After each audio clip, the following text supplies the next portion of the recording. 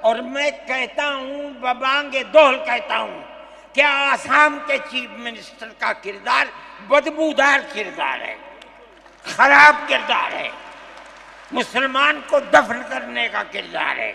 نعرہ تکبیر، نعرہ تکبیر، جمعیت علماء ہند، حضرت مولانا سعید ارشد مدنی صاحب۔ صرف مسلمان کی مخالفت، کھانا ہضم نہیں ہوتا ہے بغیر مسلمان کی بربادی کے۔ ہم آسام میں مسلمانوں کو چین کا سانس نہیں لینے دیں گے، دیکھیں کب تک چلتے ہیں۔ اگر جمعیت علماء زندہ ہے اور اللہ نے ہمیں زندہ رکھا، ہم دیکھیں گے کہ کیا کرتے ہیں، ہم زندہ ہیں۔ جمعیت علماء تنہا جماعت ہے ملک کے اندر جو آسامیوں کے مسائل کو جانتی ہے۔ یہاں سے رہنے والے، ان کی زبان اور ہے، ان کا کلچر اور ہے، بہت دور ہیں، دنیا کے آخر میں رہتے ہیں، کون جانتا ہے ان کے مسائل کو؟ تنہا جمعیت علماء ہے جو ان کے مسائل سے دلچسپی لیتی ہے، گھستی ہے، کروڑوں روپیہ خرچ کرتی ہے۔ یہ ایک مسئلہ تھا، اس سے پہلے ایک اور مسئلہ تھا۔ کہا گیا کہ پنچایت اگر کسی کو آسام میں یہ سرٹیفکیٹ دیتی ہے کہ یہ ہندوستانی ہے تو وہ سرٹیفکیٹ نامقبول ہوگا۔ 47 لاکھ آدمی اس سے متاثر تھے۔ جو فرقہ پرست پارٹی تھی وہ کہتی تھی کہ پنچایت کے سرٹیفکیٹ کو قبول نہ کیا جائے۔ اگر یہ فیصلہ ہو جاتا تو 47 عورتیں، 47 لاکھ اپنے بچوں کے ساتھ ملک کے اندر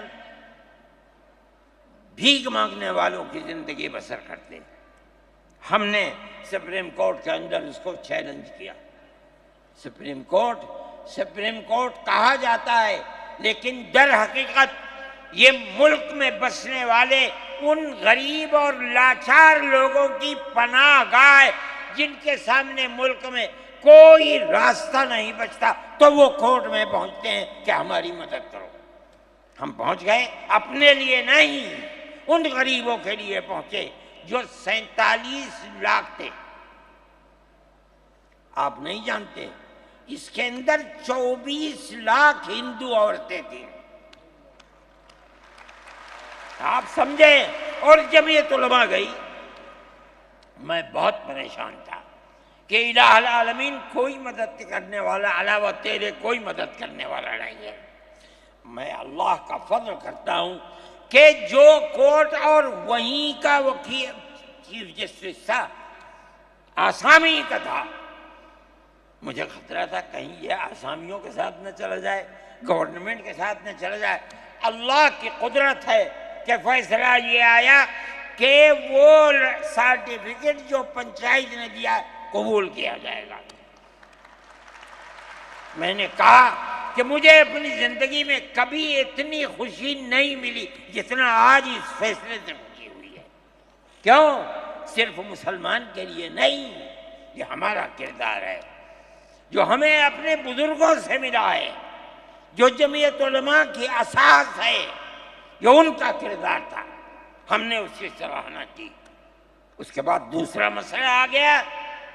دیکھیے، سمجھیے مسئلے کو، سارے ہندوستان کے اندر قانون یہ ہے کہ جو سب سے پہلی مردم شماری سن 47 میں ملک آزاد ہوا، سن 51 کے اندر پہلی مردم شماری ہے، جس کا نام اس مردم شماری میں ہے وہ ہندوستان ہے۔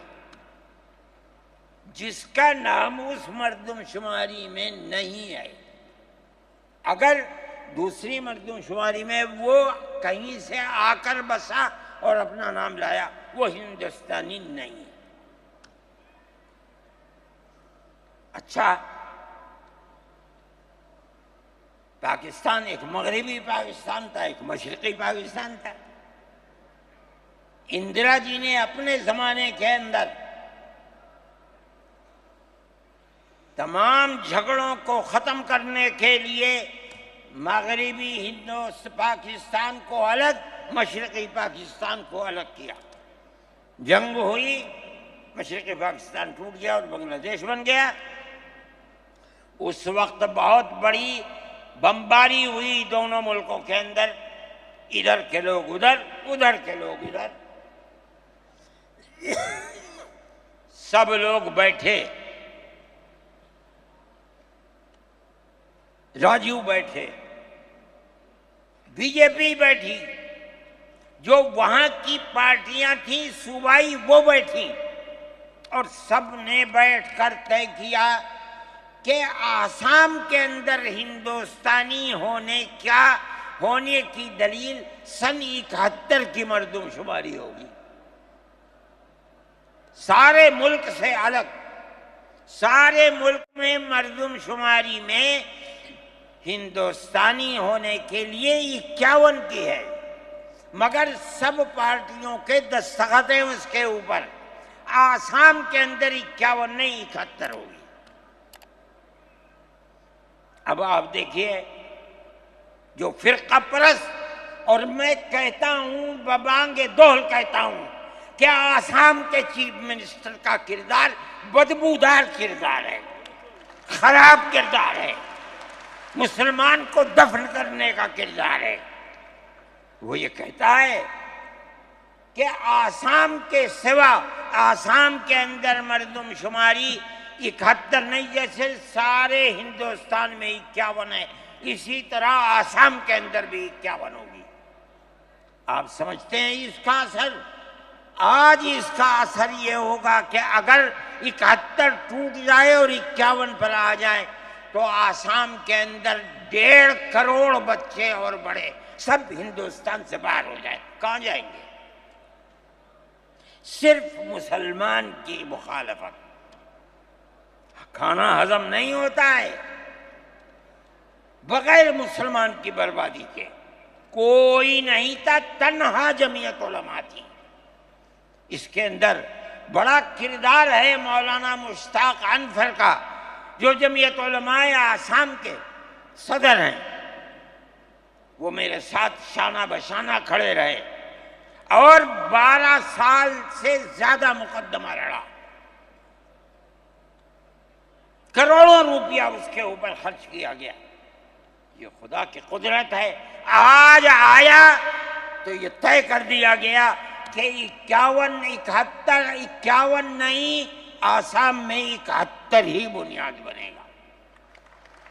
اس کا کیا مطلب ہے؟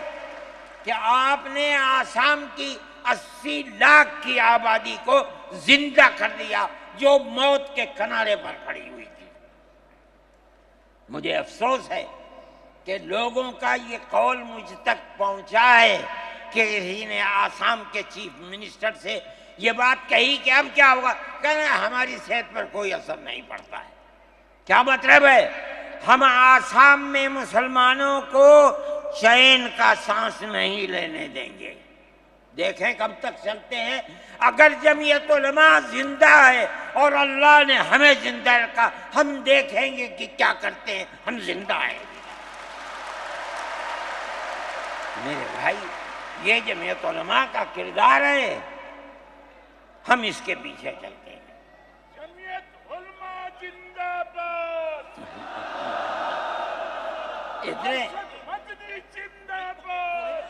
اتنے موٹے آدمی کی آواز نکلتی نہیں ہے۔ میرے بھائی، ہمارا یہی کردار ہے۔ ہم ان مسلمانوں کی مدد کرتے ہیں جو مسلمان مصیبت کا شکار ہیں۔ یہ فرقہ پرست ذہن جس کا میں ذکر کر رہا ہوں ہر جگہ موجود ہے، ہر وقت موجود تھا۔ آج یہ زیادہ ہے، پہلے اتنا نہیں تھا۔ ہر جگہ مسلمان کے لیے، جوانوں کے لیے مصیبت کا شکار ہے، خاص طور پر۔ نعرہ تکبیر!